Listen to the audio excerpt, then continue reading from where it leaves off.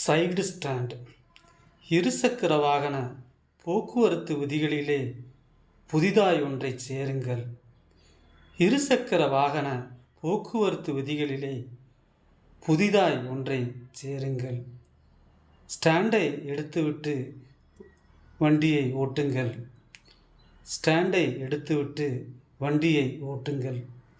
நீங்களும் கேட்டிருப்பீர்கள், யாரோ ஒருவர் நம்மை கடந்து போகும்போது சொல்லிவிட்டு சென்றிருப்பார், அண்ணே தம்பி சைடு ஸ்டாண்டை எடுத்துட்டு வண்டியை ஓட்டுங்க.